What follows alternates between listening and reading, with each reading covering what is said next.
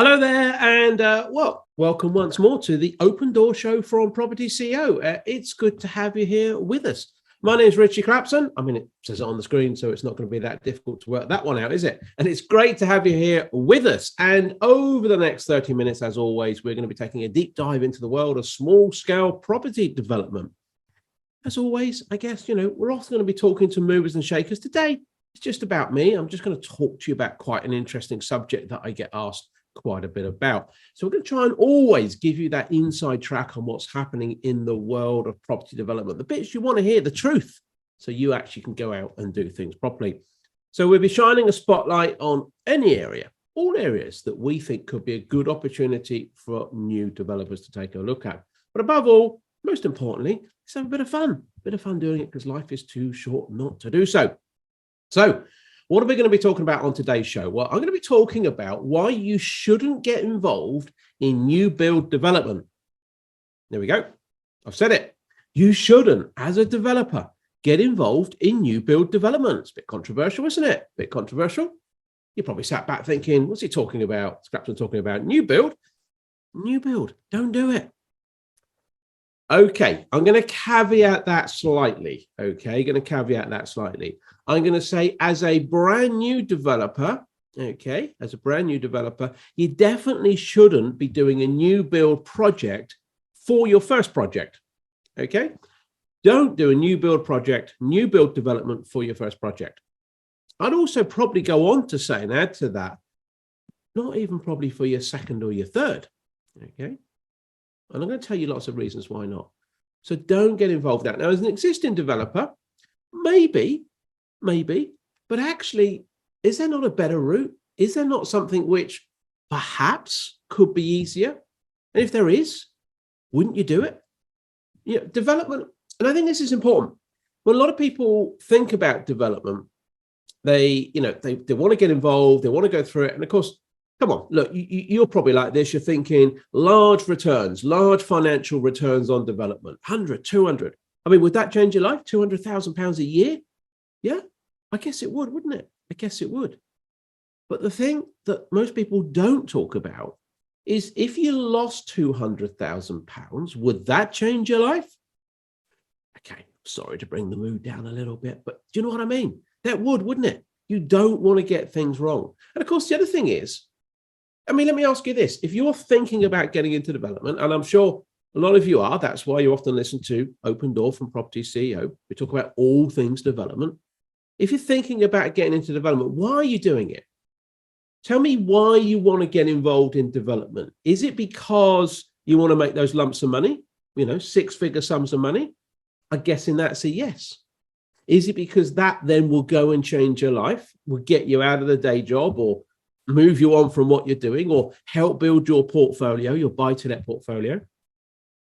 And let me ask you another question. Perhaps this is the important one.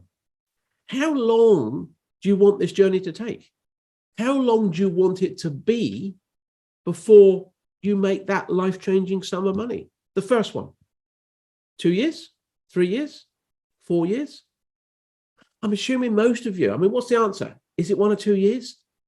In a couple of years' time, I want to be in a position where I've got a lump sum of money. I can get out the job. I can spend the time with the family. I can do what I want, go traveling, put the kids through school, whatever it is, buy the nice car, buy the house. I don't know what you want to do. Support a charity, whatever it is you want to do. 3, 4, 5 years? That's a long time away, isn't it? It's a long time away. So I'm going to tell you why you don't want to do new build development. Got a bit tongue-tied then, didn't I? Sorry about that. I'm going to tell you why you don't want to do new build development. Because it takes so long, and why it takes so long. And there are risks. There are some benefits, but there are risks. Okay, there definitely are risks. And we're going to talk about the timescale. We're going to talk about some of those issues. Now, first of all, let's just have a think about it. Why do people start to look at new build? Why would you think about starting looking at new build? Now, I speak all around the country. I'm sure a lot of you here today have seen me speak around the country. And I always ask this question. Who would like to do some land development, assemble some back gardens, put that together, nothing on there at all, go for planning permission, do 2 or 3 nice brand new 3-bed detached or semi-detached homes. Who'd like to do that? And of course, all the hands shoot up. You've probably been one of them. I mean, would you? I mean, asking you now, would you? Is that what you'd like to do? And of course, there's probably a part of you that says yes. Because you see this sort of thing, don't you? It seems straightforward. In a similar way that if you were going to do anything in property, most people tend to gravitate towards that starting point of buy-to-let, okay? They go into buy-to-let on the basis that it seems simple. They live in a house, they live in a flat, and on the basis you think, well, okay, we did our house up. Yeah, of course we did. We did our home up. It was a bit down in the dumps. We decorated it. We put a new kitchen. We tiled the bathroom, and the value went up. I can see that. Of course, it looks easy, doesn't it? You think, yeah, I can buy a house, a flat, a home below market value and do it up and rent it out. Everyone wants a rental property. So it looks easy. And in a similar way, I think new build looks straightforward because we drive by these new build sites, don't we? From the Persimmons, the Bellway, the Barretts, whoever they are around this country, Bellway Homes and so on. And we look at all these new build houses. And there we go, look at that. That looks good, doesn't it? Came up out the ground. Didn't it go up really quick? You think that, don't you? You think, wow, that went up really quick. Look at that. That was a field last week. Now look at it. I'd like to do a bit of that because you can get your head around it because most of us aren't very good at visualization. What could we do with that? What could we do with this? Well, there it is. It's a new build. It's the 2-bed Balmoral. It's the 3-bed Coventry. They have these standard names, don't they, across the country. I could build a couple of 2-bed Balmorals. Of course I could. Tack on the end of 3-bed Coventry or whatever these things are called. Looks straightforward. I mean, am I right? It does, doesn't it? This stuff looks straightforward. So people look at that. What you don't see is the journey before. What you don't see is all the work that's gone on before they've actually got there. So the first thing that's gone on way before they've even thought about how many Coventrys and Balmorals or whatever it might be they can get on this bit of land is they've got to find the land. So where do you find land? Where do you go out and find bits of land? Now, you're not looking for several acres, are you? Okay, that's not in your remit. That's not your plan. You're not going to build 100, 200, 300 homes. Of course you're not. You're a small scale property developer. You're an individual. I don't suspect for 1 minute there's any chief execs from Bellway Homes listening to this open door. If you are, you're very welcome. Please send in your comments. Let us know what you think. It's not going to be, is there? There's not going to be. This is going to be small scale developers. We're talking about small scale developers. We're talking about individuals. We're talking about people like you that are sat out there that want to get in and change your life and make 100, 200, 300,000 pounds, not homes, pounds. So in terms of land, what are you looking for? Well, you're looking for maybe a bit of land to build what? 2, 3, 4? Start getting 5, 6, 7, 8, 10. Bit big, maybe. But you're probably looking, most people that I talk to would be looking somewhere between 1 and 5 houses. That's where they'd like to build. It seems quite nice size plot of land. I mean, am I right? Does that feel right to you? 1, 2, 3, 4, maybe 5 homes, bit of site.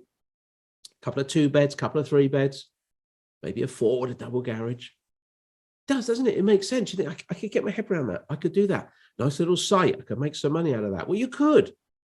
But first of all, you've got to find that bit of land. Now, how many bits of land, empty bits of land, are in and around where you live? Have you seen any? Well, you might have seen some quite large back gardens, but totally empty bits of land. Okay? There's not many, is there?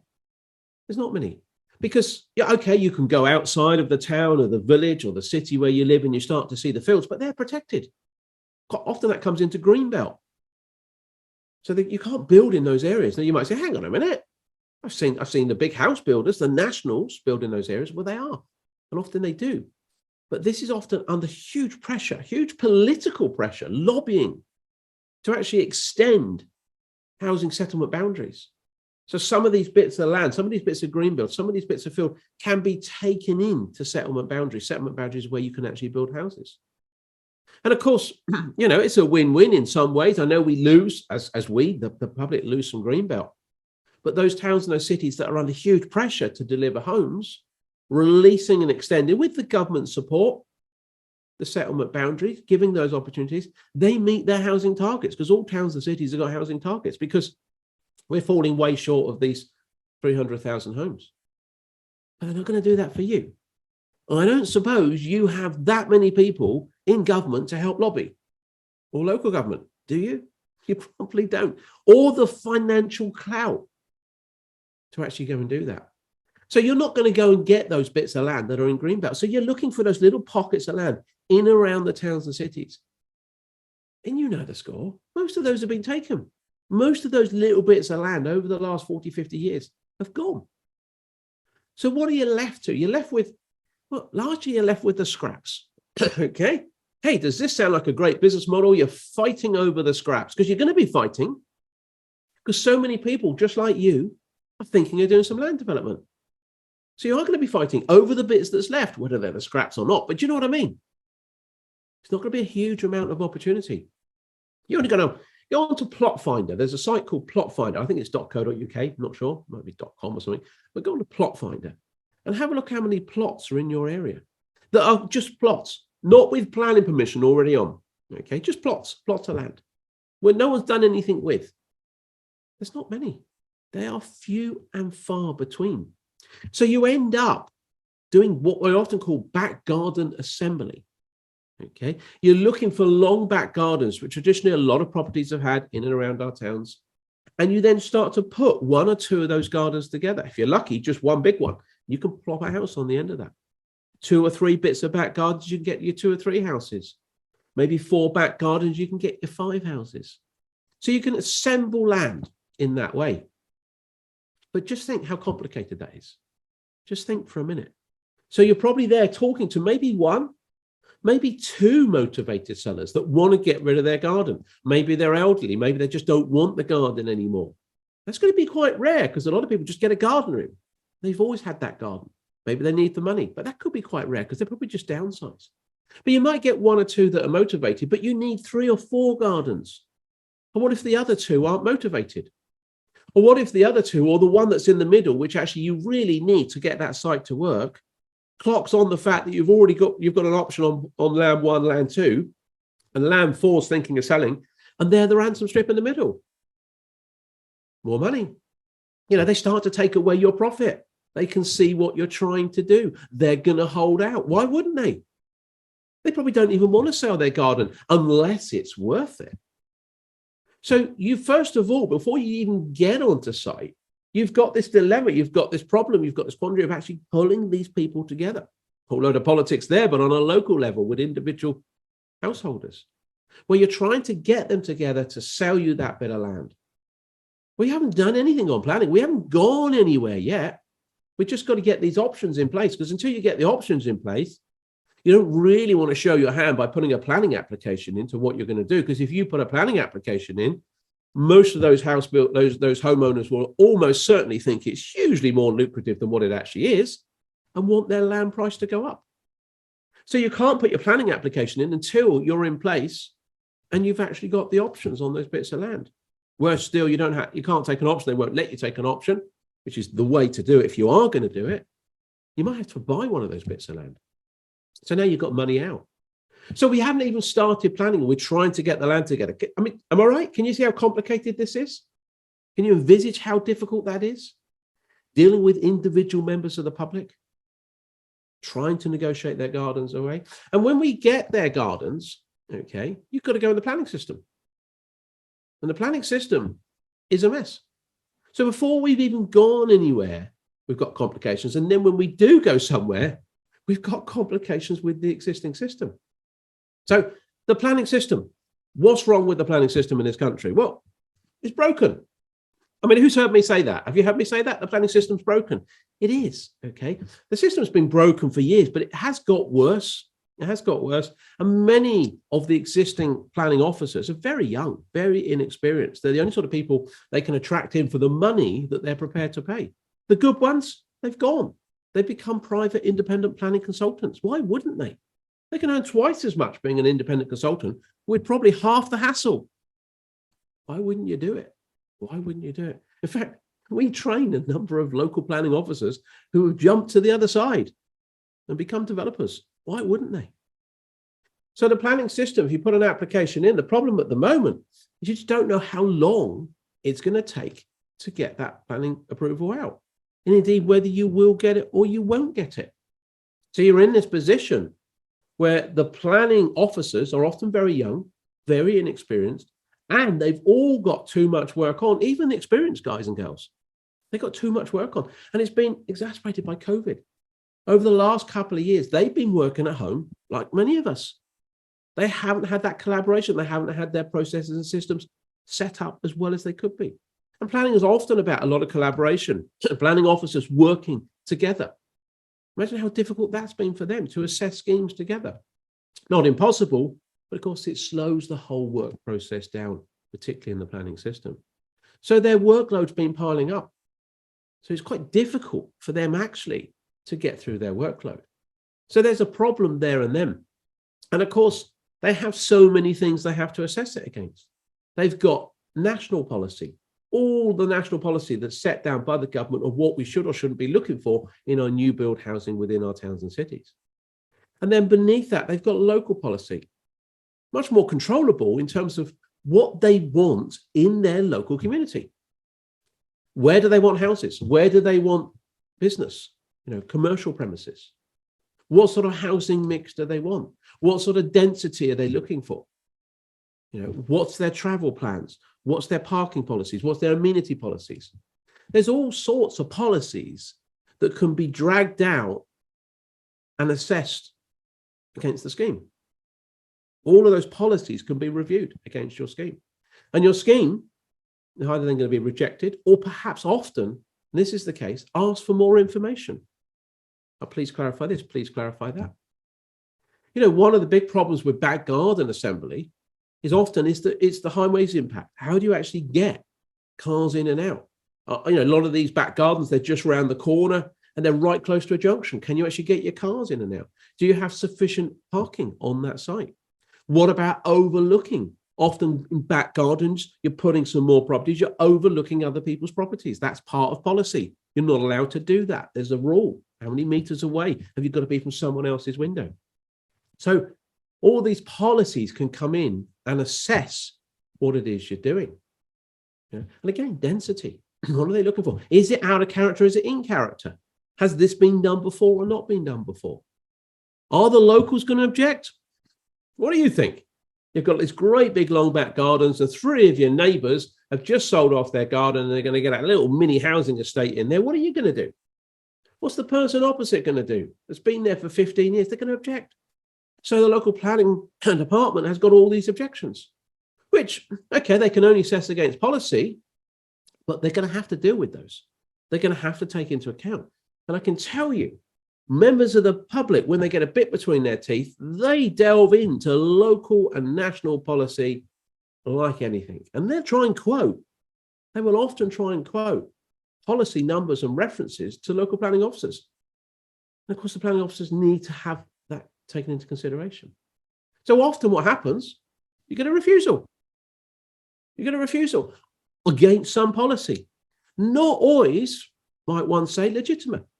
So you get this refusal, and what do? You can appeal against it. How long does an appeal take? It can take you months. So you could be several months going through with many requests, almost certainly along the way for additional information. Can you provide more information, please, on your car parking arrangements, on your traffic assessment, cars coming in and out of the site? Ground contamination, please. Endangered species, newts, and all those sorts of things that can come into play. Can we have some policies on overlooking? I want to see what you're doing with that.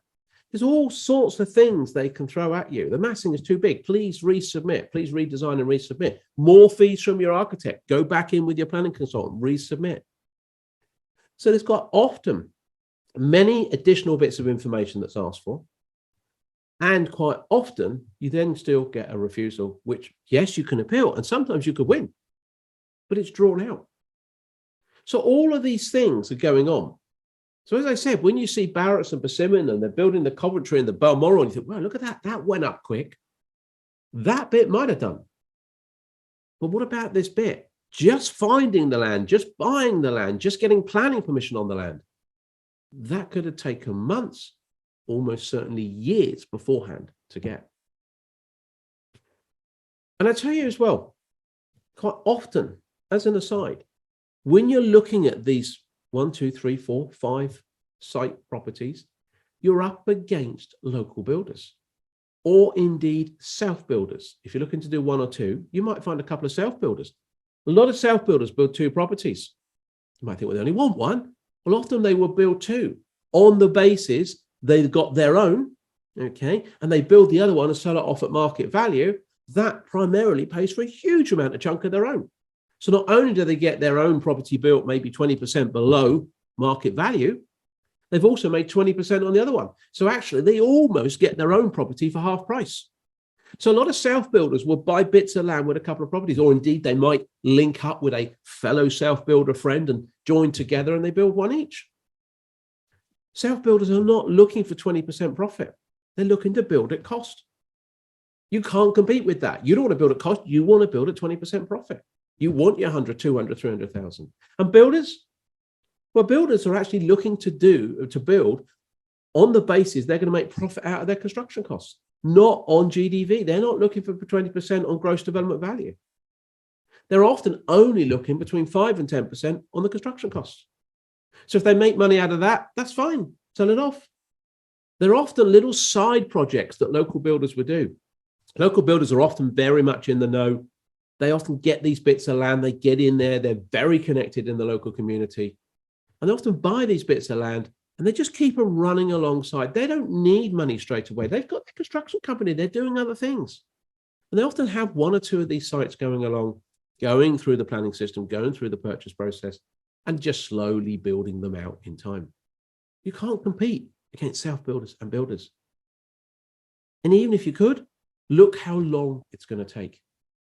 So we've got all of these processes, the purchase, the complications of the purchase, the complications of the planning system for new build, and of course the competition from self-builders and builders before you even can build the Coventry and the Balmoral. And there's another thing. You've got to get out of the ground. Get out of the ground, you say, Clapson, what are you talking about? Get out of the ground. You've got to put the foundations in.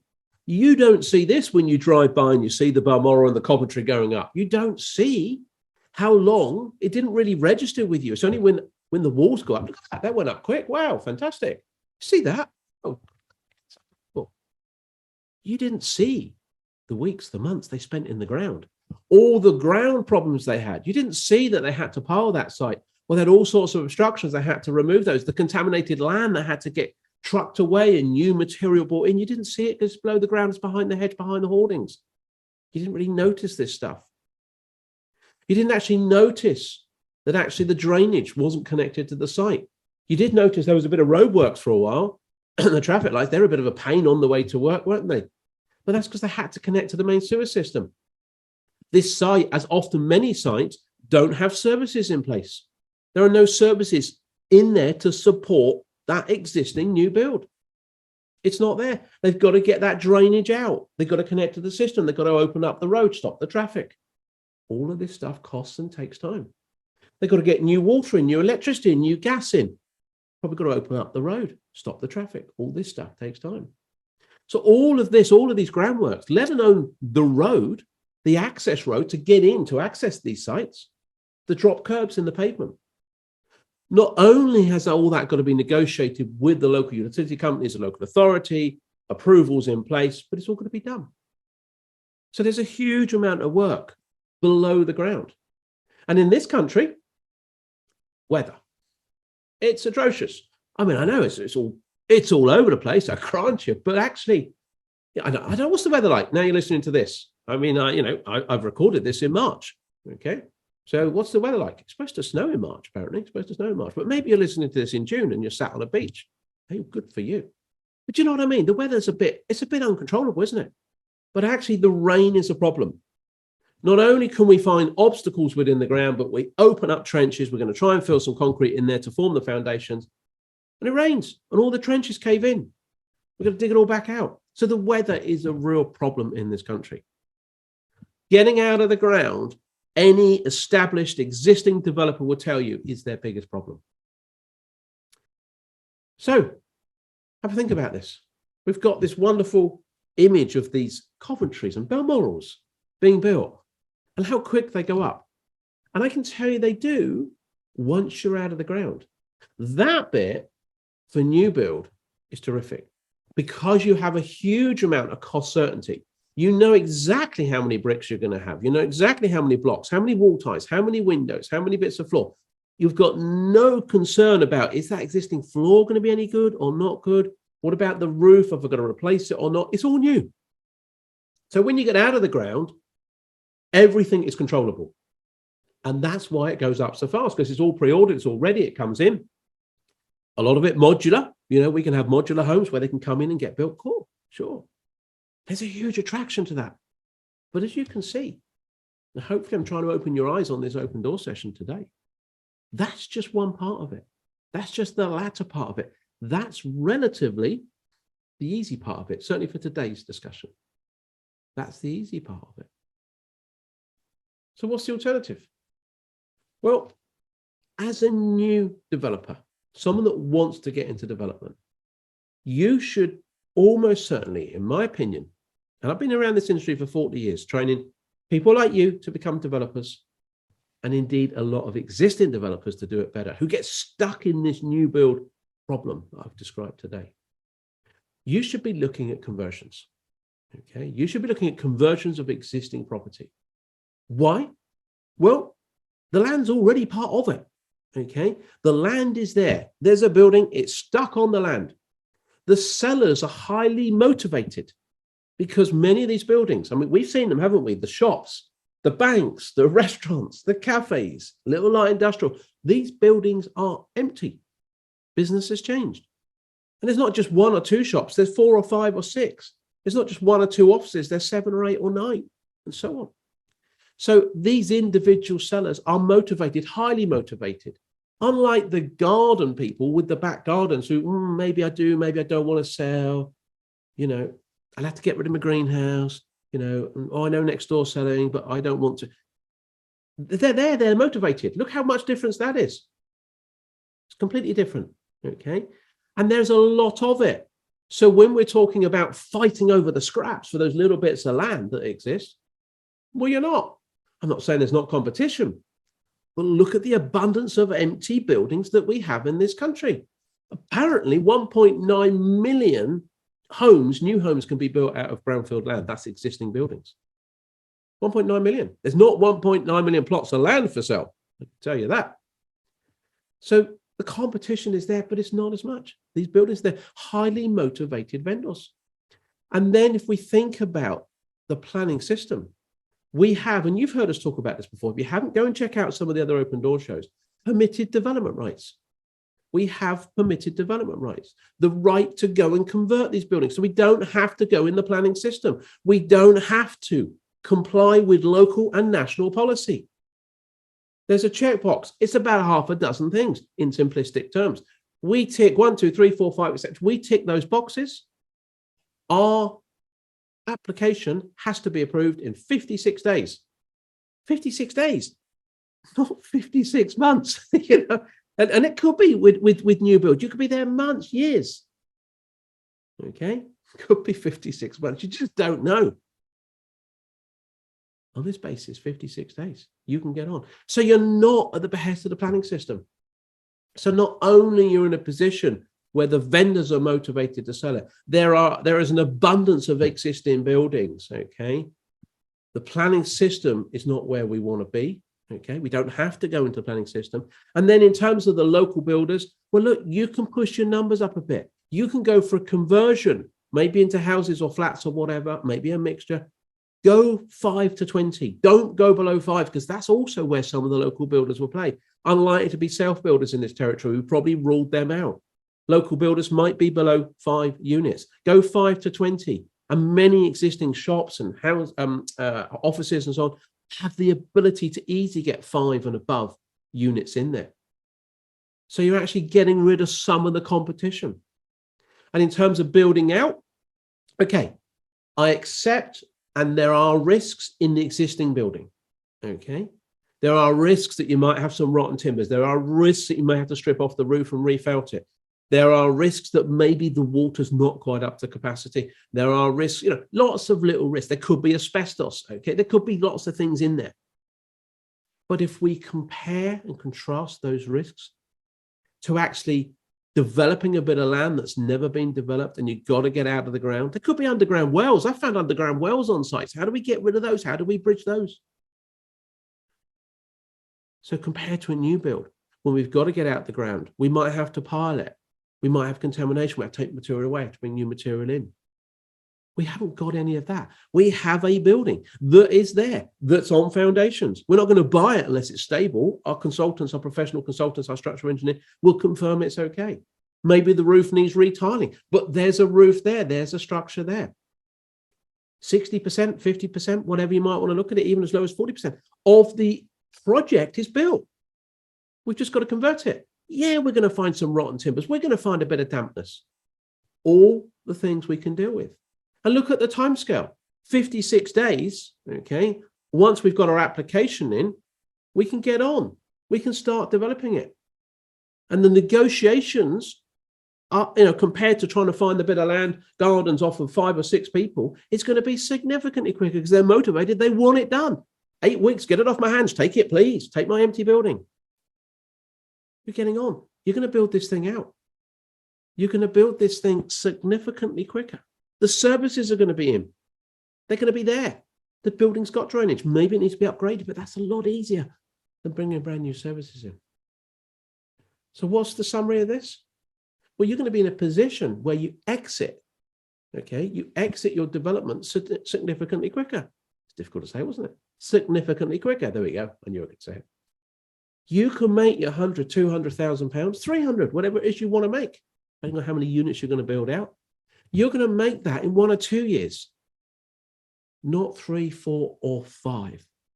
So when you drive past and suddenly you see the Coventries and the Balmorals and whatever they are shooting up, and you're attracted to that sort of thing, think again on what I've just said. New developers, okay, people that's getting into development, my opinion, and I've been around 40 years, I'm a chartered structural engineer, I know this stuff, should be looking at conversion, should be looking at permitted development rights, should be looking at taking some of our unused buildings and converting them into residential. That is where there is less risk. That is the path of least resistance. So in summary, you shouldn't get involved in new build development. Brackets for your first 1 or 2 projects. There we go. Hopefully you found that interesting. That was today's open door. If there's any other subjects you'd like us to discuss, just put it in the notes. Let us know, or just drop us an email at support@propertyceo.co.uk. Tell us what you'd like to hear. If you're interested in development, you're interested in dipping your toe in the water a little bit further, if you're brand new here to us, then please, I've got a limited time recording. It's called Six-Figure Roadmap. If you're interested, it's about an hour and a half. It talks about getting into property development. Take this link down, grab a pen and paper. I'll give you a link and it goes straight through to a bit of training. Are you ready? propertyceo.co.uk/SFR. propertyceo.co.uk/SFR. Stands for Six-Figure Roadmap. There we go. Look forward to seeing you soon. Cheers now. Bye-bye.